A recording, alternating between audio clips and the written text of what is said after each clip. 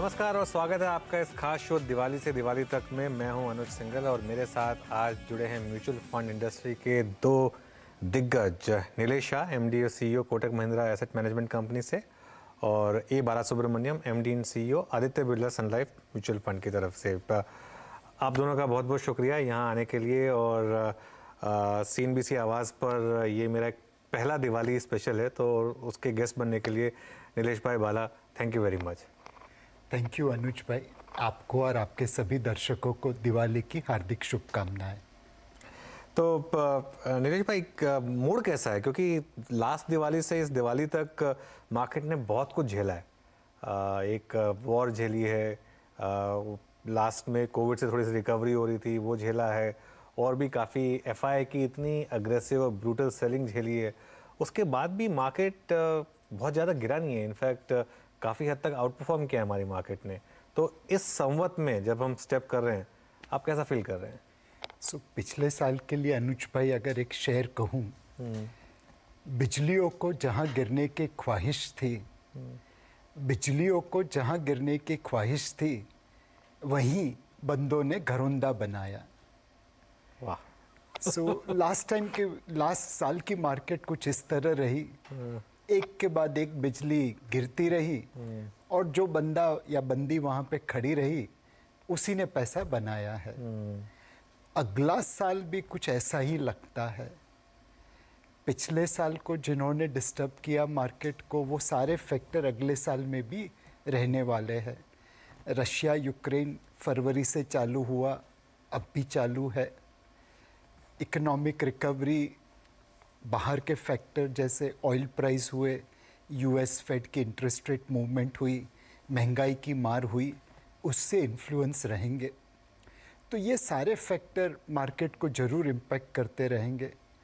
But एक विदेशी निवेशक ने मुझे बहुत अच्छी तरह समझाया, जब मैं उन्हें पिच कर रहा था भारत के बारे में, तो कहा कि on a 1 year forward basis हम लोग दुनिया से बहुत एक्सपेंसिव है। हम जनरली 40% प्रीमियम पे ट्रेड करते हैं इमर्जिंग मार्केट से, अब 86% प्रीमियम पे है। तो ऑन अ 1 ईयर बेसिस हम एक्सपेंसिव हैं। उसने मुझे सिखाया कि नीलेश भाई नज़रिया बदलिए। On a 1 year basis India might be the most expensive market, but 5 साल पे सबसे सस्ता है। हाँ। तो ये कश्मकश मार्केट में जारी रहेगी पिछले साल की तरह, बट जो घरौंदा बनाएंगे वो यहाँ पे पैसा जरूर बनाएंगे। ओके, जो घरौंदा बनाएंगे वो पैसा जरूर बनाएंगे। तो घरौंदा लेकिन मतलब किस सामान से बनाना है, कि कौन कौन से इंग्रेडिएंट्स डालने हैं उस घरौंदे में, नीलेश भाई? अनुज भाई, हम तो सालों से यही कह रहे हैं, अच्छे बिजनेस और अच्छे मैनेजर का कॉम्बिनेशन पोर्टफोलियो में आ जाए तो पैसा तो मार्केट अपने आप बना के दे देगा। वो कल भी सत्य था, आज भी सत्य है, और आने वाले कल को भी सत्य ही रहेगा। ठीक है। बाला, एक चीज़ जो बहुत क्लियर है कि इस मार्केट में डोमेस्टिक लिक्विडिटी बहुत स्ट्रांग है, और नंबर्स लगातार देख रहे हैं, पिछले महीने के नंबर्स भी काफ़ी स्ट्रांग लग रहे थे, एटलीस्ट एक्विटीज़ के। तो आपको लग रहा है कि मार्केट रेडी है कोई भी शॉक एब्जॉर्ब करने के लिए, जैसा कि मार्केट ने इस साल भी किया? आई थिंक जो नीलेश ने बताया था, जो इंडिया का जो कम्प्लीटली रिसेलेंट जो था लास्ट 1 साल से, that something has boosted the confidence. उसमें जो उम्मीद जो मार्केट में था, उम्मीद इंडिया के ऊपर जो था, that only got further strengthen, क्योंकि अभी तो सही मालूम पड़ रहा है। जो ग्लोबली आप दुनिया में पूरा देखते हैं, definitely India seems to be standing different from rest of the countries in the global market. That is boost to the confidence.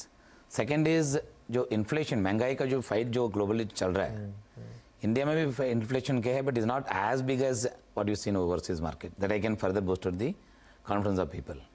And third is the liquidity, while become normally we see in the liquidity from 2 angles. एक तो saving जो public के पास जो है, that something comes to the market, retail participation that comes.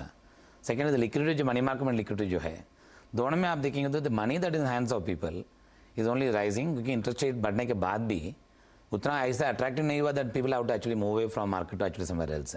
So that liquidity also is coming. देखो retail participation को जो बहुत साल से अपने देश में मिसिंग था, that something got caught on in the last 1.5 years, that continues to be driver of the equity market. So मेरे हिसाब से even at the current market condition में, given the fact the last 1 साल में Indian का market जो out performance जो आया compare to global market, and Nilesh mention आप 1 साल का मत देखिए, 5 साल का देखिए, 10 साल का देखिए, now becoming more and more attractive. Plus global investors, I think specially the global leaders suddenly अभी आज के इंडिया के बारे में जो बात करते हैं, including the McKinsey CEO talking about not 10 साल का एक डिकेड का बुलिश नहीं बोल रहे हैं, he is talking about 100 years of story for India. That means the change of narrative completely changing towards India. वो मेरे सामने सब देखते हैं. Definitely I think the local investors, retail investors और म्यूचुअल फंड जो निवेश जो करते हैं वो कल ही बढ़ते जा रहे हैं. That nothing but reflection of comfort, the money that they have in hand, disposable income. And third is actually underweight on investments in capital market assets में अंडरवेट जो है इतना मिलकर आई थिंक आ रहे हैं. मेरे हिसाब से आने वाले समय भी कंटिन्यू रहेंगी. चलिए आने वाले समय में कंटिन्यू रहेंगी. तो नीलेश भाई एक इस मार्केट में इस दिवाली पे आप के हिसाब से सबसे बड़ा पटाखा कहाँ पे है, सबसे ज़्यादा जैसे कहते हैं एक धमाका कहाँ पे हो सकता है? सो धमाका मार्केट में ही होगा. हाँ. शायद जोर से फटेगा, शायद फुस हो जाएगा. एंड इसकी सारी चाल चलत एक्सटर्नल फैक्टर्स के ऊपर ज़्यादा डिपेंडेंट है. अगर रशिया न्यूक्लियर ऑप्शन एक्सरसाइज करता है, तीसरा वर्ल्ड वॉर शुरू करता है, तो ऑब्वियसली अपनी मार्केट गिरेगी. बट कल को उठ के रशिया में तख्ता पलट हो गया तो एक रिस्पाइट रैली आ जाएगी. US फेड आज रॉकेट से रेट बढ़ा रहा है बिकॉज महंगाई का दर बहुत आगे है. बट आज नहीं तो कल वहाँ पे भी बैंक ऑफ इंग्लैंड की तरह जाते थे जापान, पहुँच गए चीन, समझ गए ना होगा. अगर उन्होंने रेट काटने चालू कर दिए ग्रोथ को सपोर्ट करने के लिए, तब ऑटोमेटिकली अपनी मार्केट में रैली आएगी. सो इस बार मार्केट में वॉलेटिलिटी रहेगी. इस दिवाली हर निवेशक को यह प्रण लेना होगा कि मार्केट की वॉलेटिलिटी से मैं विचलित नहीं होऊंगा. मैं मार्केट की वॉलेटिलिटी में अपने आप को बेनिफिट कैसे मिले उसके ऊपर फोकस करूंगा. गिरती हुई मार्केट में मैं खरीदारी करूंगा. गिरती हुई मार्केट में मैं खरीदारी करूंगा. तो बाला, आपके हिसाब से इस मार्केट में गिरावट अगर आए तो कहाँ तक आ सकती है? जो रीसेंट लोज थे हमारे, आपको लग रहा है कि वो फिर भी बचे रहेंगे? मार्केट का वर्स्ट खत्म हो चुका है? आई थिंक एक तो मार्केट इज ड्राइंग कंफर्ट. जो हिसाब से मार्केट जो चल रहा था, I think we see at every level resistance है. That something is which is of course reflecting. Second, आप मार्केट के लिए आप कोई भी इंडेक्स का जो कॉम्पोजिशन बना हुआ है, actually if you look at from the angle, there are 1 or 2 sectors in the market is a heavy weight in the index such as like banking. So now seeing ना credit growth is coming. So उसकी वजह से उनका जो पहले जो last 2-3 साल से जो सफरिंग था, that is now changing. Second is this festival season is going to be different from what you have seen the last 2 साल से. जो पेंडेमिक के बाद जो बिल्कुल सेल्स नहीं हो रहा था, आई थिंक ये साल pandemic related impact also come. I think if you look eight जो मोहम जो बन रहा है वो बेस में देखते हैं मेरे हिसाब से डाउन साइड रिस्क कम हो सकता है. फिर भी एज नीलेश मेंशन, अगर ग्लोबल मार्केट में कुछ भी सरप्राइज आ गया है इधर on the positive side and negative side, शायद थोड़ा स्विंग बढ़ सकता है. बट फिर भी डाउन साइड मेरे साथ प्रोटेक्ट करते रहेंगे, क्योंकि in every parameter look at it, the resilience of India, I think the strength of India, the strength of companies का अर्निंग्स जो है, कंपनी का बैलेंस शीट जिस हिसाब से जो बना हुआ है एक्चुअली, जो हिसाब से जो कंपनीज का जो निवेश करने के लिए जो कॉन्फिडेंस जो बढ़ रहा है, ये सब में मिलकर देखेंगे तो definitely the downside could be limited. As he mentioned, valuation के हिसाब से अपसाइड थोड़ा टेस्ट हो सकता है. Therefore we have to look at it beyond 5 years. या. ठीक है. अभी नीलेश भाई, मार्केट में प्रॉब्लम क्या आ गई है कि आपका व्यू है 5 साल का, हमारा दर्शक है वो हमको बोलता है कि 5 दिन में क्या होगा. तो वहाँ पे बैलेंस आउट करना थोड़ा टफ हो जाता है. इसके लिए मैं मतलब मुझे पता है कि ये सवाल थोड़ा सा फंड मैनेजर से पूछना थोड़ा अजीब लगता है कि ये जो साल के लो हैं वो बचेंगे या नहीं बचेंगे, क्योंकि फंड मैनेजर में आप अगले 5-6 साल 10 साल के हिसाब से सोच रहे हैं, वेल्थ क्रिएशन के हिसाब से सोच रहे हैं. लेकिन जो थोड़ा हमारा, हालांकि अभी थोड़े से दर्शक भी मैच्योर हो रहे हैं और काफ़ी उस हिसाब से मतलब दोनों में डिफरेंस समझ रहे हैं. ट्रेडिंग और वेल्थ कैसे क्रिएट किया जाए, ये दोनों का एक डिफरेंशियल समझ रहे हैं. तो एक चीज़ तो आपने बोल दी नीलेश भाई कि मार्केट में बने रहिए. सबसे बड़ा पटाखा तो वही है कि मार्केट ही खुद ही बड़ा पटाखा है. लेकिन सेक्टोरली क्या आपके लिए, मतलब जिसे कहते हैं चक्री बम या एक सुतली बम, क्या सबसे अच्छे लग रहे हैं आपको? सो banking and financial services sector बहुत अच्छा लगता है। आज आप दर्शकगण में चेक करें तो मोटा मोटा उनकी डिपॉजिट या उनके लोन 5 बैंक के अंदर होगी ऑन एन इंक्रीमेंटल बेसिस। सो एक कंसोलिडेशन हो रहा है। दूसरा, बैंकिंग क्षेत्र की एनपीए एक दशक में सबसे लोएस्ट लेवल के ऊपर है। तीसरा, ब्याज की दरें बढ़ रही है तो मार्जिन बढ़ रहा है तो प्रॉफिटेबिलिटी बढ़ेगी। और एफपीआई की सेलिंग सबसे ज़्यादा बैंकिंग और आईटी सेक्टर में हुई थी, तो वैल्यूएशन भी अब काफ़ी रीजनेबल हो चुके हैं। Consolidation in business, lower NPA, higher profit, cheaper valuation, चारों का combination banking and financial service sector को अगले साल का सबसे बड़ा परफॉर्मर बताता है। दूसरा एक सेक्टर जो अच्छा कर सकता है वह मैन्युफैक्चरिंग सेक्टर है। मैन्युफैक्चरिंग के अंदर केमिकल भी आ जाता है, कंस्ट्रक्शन मटेरियल भी आ जाते हैं और बहुत सारे प्रोडक्ट आते हैं। बट हमें दिख रहा है कि ये चाइना +1 की वजह से बहुत सारे सेक्टर्स में उन्हें एक्सपोर्ट ऑर्डर मिल रहे हैं।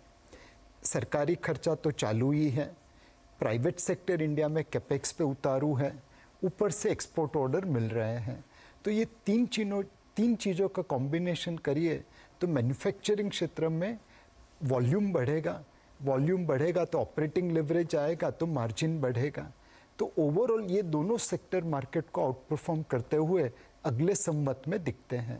बैंकिंग और मैन्युफैक्चरिंग मैन्युफैक्चरिंग बहुत बड़ा सेक्टर है एक्चुअली नीलेश भाई, तो उसमें कुछ सब सेक्टर जिस पर नज़र रखी जा सकती है? केमिकल्स देखिए, बिल्डिंग मटेरियल्स देखिए, इंजीनियरिंग देखिए, कैपिटल गुड्स देखिए, ये सारे सेक्टर आप वहाँ पे मेरे हिसाब से ये केमिकल की तरह मल्टी ईयर रैली होगी। इसमें ये जो ट्रेंड बना है चाइना +1 का, वो 1 साल 2 साल का नहीं है, वो शायद 5 या 10 या 15 या 20 सालों का है।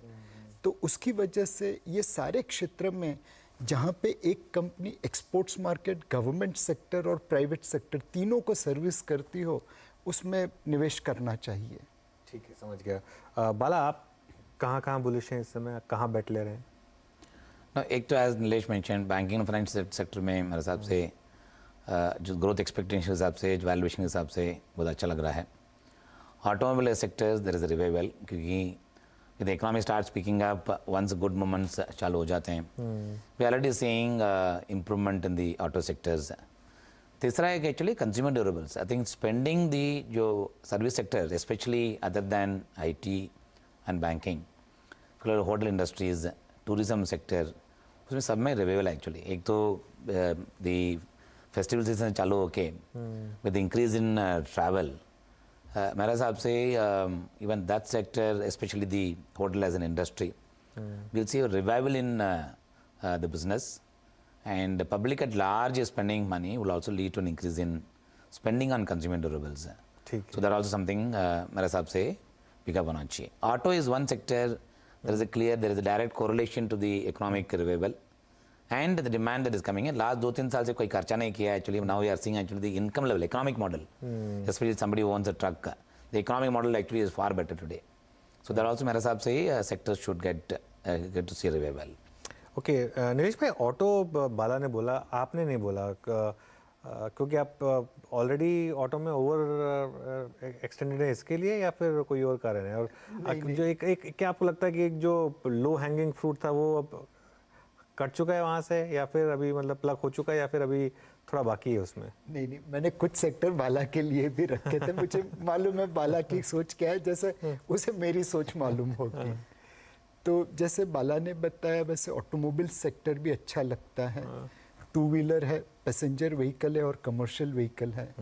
जैसे बाला ने बताया कि कमर्शियल व्हीकल की वायबिलिटी अभी पिछले 2 साल के सामने बहुत अच्छी हो गई है, तो लोग वहाँ पे निवेश करना चालू करेंगे। पैसेंजर व्हीकल में तो आज कोई भी गाड़ी खरीदने चाहे तो 1 महीने से लेके 12 महीने की वेट है। 2 व्हीलर में ऑब्वियसली राइट नाउ डिमांड काफ़ी स्लो है, बट वो वैल्यूएशन में रिफ्लेक्टेड है। एंड इनके साथ साथ एक ऑटो कंपोनेंट सेक्टर है जहाँ पे बहुत सारी भारतीय कंपनी अब ग्लोबल सप्लायर के रूप में इमर्ज हो रही है। Tier 1, Tier 2 बन रहे हैं। चाइना +1 वहाँ पे भी आएगा।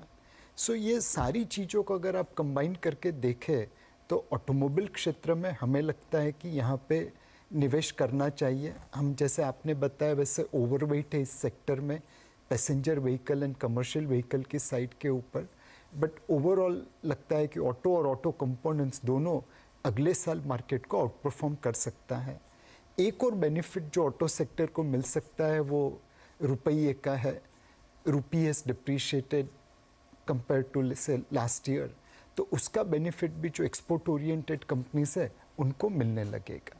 ओके तो just to add to that Anuj, हमेशा हम गवर्नमेंट का स्पेंडिंग जो बात करते हैं, we always think about road and other infrastructure. The largest spender आज के दिन पे रेलवेज में है। रेलवेज का जो सप्लाई, जो कंपोनेंट जो सप्लाई करते हैं वो largely is coming from the automobile sector. So though they are directly linked to the vehicle OEM kind of supply, but they're also benefiting out of this kind of new demand that has come from railway से भी आते हैं, क्योंकि वो it's got developed in the last 2-3 साल में। therefore there are many companies in that space and India is generally ancillaries में बहुत strong। जब भी भारतीय बाजारों की बात होती है तो हमेशा एक आईटी सेक्टर की बात करना ज़रूरी बन जाता है, क्योंकि ये एक सेक्टर है जिसने काफ़ी इंडिया के मैक्रोस को भी सपोर्ट किया है।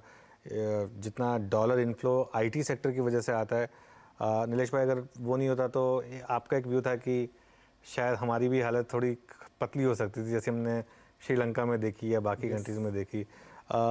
तो मार्केट क्या अभी इनके साथ अनचैरिटेबल हो रहा है, या फिर ये एक जो पिछले 3-4 साल के एक्सेसेस हैं ये ख़त्म हो रहे हैं? सो अनुज भाई, इस वक्त आईटी क्षेत्र में अगर आप मैनेजमेंट की कमेंटरी पढ़े एंड कुछ दिग्गज कंपनी के नतीजे सामने आए हैं, अच्छे नतीजों के बावजूद उन्होंने कमेंट्री में थोड़ी कंजूसी की है। जैसे टीसीएस, मैं कंपनी के नाम नहीं ले सकता, बट ऐसा नहीं है कि वो आपको सही तरीके से आगाह नहीं कर रहे, बट अनसर्टेनिटी इतनी ज़्यादा है। हमारी आईटी कंपनी के जो सबसे बड़े कंज्यूमर है वो US banks and financial services हैं। वहाँ पे एक के बाद एक बैंक अनाउंस कर रहा है कि हमारे आईटी बजट में कटौती होगी। हमारी आईटी कंपनीज यूरोपियन कंपनीज को सर्व करती हैं, उनकी हालत खस्ता है। तो इस वक्त ये कहना मुश्किल है कि इंडियन आईटी कंपनीज को नेक्स्ट ईयर में कितनी रेवेन्यू ग्रोथ होगी। दूसरी चीज़, मार्केट का अपना एक्सपीरियंस है जिसमें रीसेंसी बायस आता है। अगर मैंने पिछले 6 महीनों में किसी सेक्टर में पैसा बनाया है तो मेरा आउटलुक उसके ऊपर जनरली पॉजिटिव रहता है। पिछले 6 महीनों से आईटी सेक्टर में किसी ने पैसा नहीं बनाया तो वहीं पे भी थोड़े खट्टे अंगूर जैसा मूड बना हुआ है। ये दोनों चीज़ मिला के देख लो तो जब तक ये सर्टेनिटी नहीं आएगी कि कितनी रेवेन्यू ग्रोथ आएगी आईटी सेक्टर में, उनके शेयर को बाउंस बैक होना मुश्किल है। ठीक है बाला, एक और सेक्टर जो लग रहा था कि काफ़ी रिवाइव हो रहा है लेकिन स्टॉक्स ने उतना अच्छा किया नहीं, वो है रियल एस्टेट। इस पर क्या व्यू है अब आपका इस नए संवत में? रियल एस्टेट में इट्स समथिंग यूनिक कि लास्ट 4-5 साल से इन्वेंट्री के हिसाब से जो प्रेशर जो पहले था that got completely eased out. Second, the last 1 year various state governments took initiatives to reduce the stamp duty and so on and so forth, उसका वजह से भी ये सेक्टर को बहुत फ़ायदा हुआ। But from a larger economic point of view आज के दिन में जो रेंटल यील्ड जो बढ़ रहे हैं, चाहे ये सेक्टर में I think more than commercial, residential real estate में जो रेंटल के लिए जो डिमांड जो आ रहा है, एक्चुअली जो ओनरशिप के लिए डिमांड आ रहा है in different parts of the country is something is very encouraging. अगर उसके हिसाब से देखते हैं, plus also even the housing loan rates हैं, इतना इंटरेस्ट रेट बढ़ाने के बाद भी जो हाउसिंग लोन जो बोरोअर जो है उनके लिए जो इंक्रीज आया is not very large enough actually to reduce the demand. So from that angle if you see affordable housing में wherever the price range is in certain range, say 5,000 to 7,000 rupees kind of range, I think there is a demand. Ownership for owning housing is increasing. Therefore, this sector actually has got corrected for a variety of reasons. But ये मेरे हिसाब से sometimes these sectors gets pushed up very aggressively क्योंकि ये growth permanent रहेंगे करके the generally sectors gets pushed up. But इनका cash flow is something, though we know what is going to be the cash flow, but they of course go through the working capital keeps increasing and so on and so forth. Therefore, उसके valuation के हिसाब से वो impact हो जाते हैं. But this sector is something should be watched out from the ownership point of view. I think again one has to take आज के दिन पे जो पहले जो रियल एस्टेट में रिस्क तो जो चल रहा था, specially related to the consumer related grievances, वो मेरा हिसाब से पूरा बंद हो गया विद दी या करेक्ट। अनुज भाई, मेरा एक छोटा सा थंब रूल है, जिस क्षेत्र में बोरोअर की बोरोइंग रेट मैन्युफैक्चरर से कम हो उस क्षेत्र में जाने में ध्यान रखना चाहिए। ओके। आज आप मैं बाला हाउसिंग लोन लेते हैं तो 7, 7.5, 8% में मिलती है। रियल एस्टेट डेवलपर जब जाता है बैंक के पास या एनबीएफसी के पास पैसा लेने, तो वो 10, 12, 15, 20, 24, 30, 40% देता है। यह दिखाता है कि इस क्षेत्र में गवर्नेंस का कितना दारोमदार है। जब तक ये इक्वेशन चेंज नहीं होगा तब तक real estate sector secular growth नहीं दे पाएगा। ओके। उतार चढ़ाव आते रहेंगे, बट उन्हें अपना गवर्नेंस इतना ऊपर करना पड़ेगा कि उस क्षेत्र की कंपनियां की बोरोइंग कॉस्ट अपने कंज्यूमर की बोरोइंग कॉस्ट से कम हो जाए। चलिए ठीक है, एक लास्ट आपसे व्यू ले लेते हैं, फिर इस नए संवत में नीलेश निवेशकों के लिए सबसे बड़ी एडवाइस क्या होगी आपकी? बाई ऑन डिप्स मार्केट है, करेक्शन में धैर्य मत खोना, खरीदते रहना। Eventually India growth story will play out. Okay, वाला वैसे उम्मीद के हिसाब से करना चाहिए। लास्ट 2-3 साल जो हिसाब से कंसर्न जो था, आई थिंक मेरे हिसाब से वो सब पीछे हो रहा है। इंडिया मेरे हिसाब से उम्मीद का जो आ रहा है actually from a global point of view, India will do far better. So basis में आपको निवेश करते रहना चाहिए और पोर्टफोलियो बिल्ड करते रहना चाहिए लॉन्ग टर्म के लिए। चलिए इसी ऑस्पिशियस और ऑप्टिमिस्टिक नोट पर शो को समाप्त करते हैं। नीलेश वाला, थैंक यू सो मच, आज आप यहाँ पर आए और हमारे साथ बातचीत की। और सभी दर्शकों को शो देखने के लिए शुक्रिया और बने रहिए CNBC आवाज़ के साथ।